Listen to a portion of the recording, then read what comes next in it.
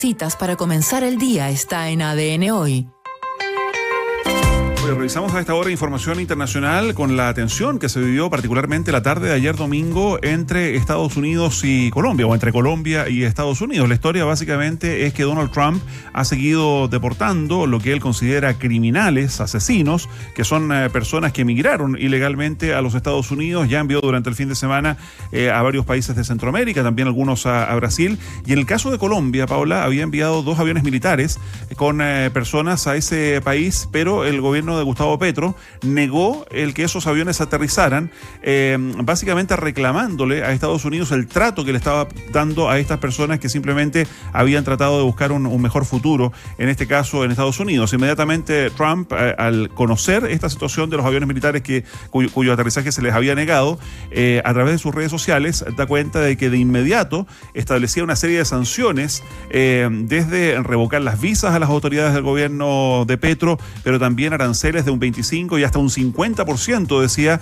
para los productos colombianos que trataran de ingresar a su país. Bueno, Petro le responde, también promete sanciones arancelarias similares para los productos estadounidenses en Colombia, y esto termina en horas de esta madrugada absolutamente nada. Colombia finalmente acepta recibir a colombianos deportados por Estados Unidos. Dicen que tanto el canciller como el embajador de Colombia en Estados Unidos van a viajar en las próximas horas a reunirse con el secretario de Estado norteamericano para conversar respecto de qué es lo que se puede mejorar en esta relación bilateral, y no sabemos hasta el momento en qué terminan estas sanciones anunciadas de lado y lado. Claro, al final del día termina siendo como una guerrilla que mantienen Donald Trump y Gustavo Petro, fundamentalmente por las redes sociales, y que había hecho que Colombia, tú ya lo mencionabas, Mauricio, se convirtiera en el primer país contra el que el nuevo gobierno norteamericano anunciaba sanciones y aumento de aranceles para sus productos por cuestionar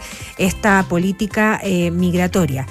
Pese al acuerdo alcanzado, la Casa Blanca dijo que la posibilidad de imponer aranceles y sanciones queda aplazada a menos que Colombia no cumpla con el acuerdo.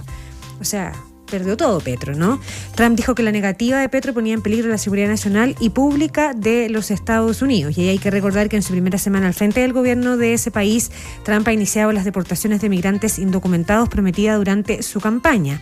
La tarde del domingo, ayer, la secretaria de prensa de la Casa Blanca, Caroline Leavitt, publicó fotos de migrantes que abordan aviones militares para vuelos de deportación durante el fin de semana, y las imágenes muestran a los migrantes atados por la cintura y con las manos esposadas, que era parte de lo que reclamaba el gobierno de Gustavo Petro en Colombia, que era lo propio que hacía la Cancillería brasileña. El gobierno de Luis Ignacio Lula da Silva, que daba cuenta que se habían reunido incluso con los migrantes que llegaron a uno de los aeropuertos ahí en Brasil, y efectivamente estaban atados por la cintura, incluso denunciaban ciertas torturas al interior de estas aeronaves. El presidente Trump está enviando un mensaje fuerte y claro al mundo entero: el que ingresa ilegalmente a Estados Unidos enfrentará graves consecuencias, es lo que se escribía en la publicación por parte de la vocera de la Casa Blanca. La presidenta de México, Claudia Sheinbaum, que probablemente enfrenta la mayor cantidad de deportaciones desde Estados Unidos, había aseverado en las últimas horas que seguían las conversaciones con el gobierno de ese país, lejos de una escalada tuitera con el propio Donald Trump, y aseguraba que están obligados por nuestros pueblos a tener una buena relación. Y bueno, al final del día eso es lo que está como telón de fondo, por las personas que son repatriadas y también por las personas que viven en sus propios países, con lo que significa que un país como Estados Unidos amenace con estas sanciones arancelarias que pueden desestabilizar incluso algunas economías. Totalmente. Oye, eso con Colombia, Estados Unidos, y hoy día lunes vamos a poner también la mirada en lo que está ocurriendo a esta hora en Polonia. Un 27 de enero, pero de 1945, el Ejército Rojo llega hasta unas barracas ahí en la zona de Auschwitz y Birkenau y descubre el horror del régimen nazi contra millones de presos, mayoritariamente judíos. En el centro de Auschwitz se estima murieron entre 1 millón y 1,5 millones de personas asesinados en cámaras de gas, llevados a hornos crematorios, y hoy se conmemoran 80 años de la liberación de Auschwitz, meses antes que la guerra en Europa terminara a comienzos del mes de mayo.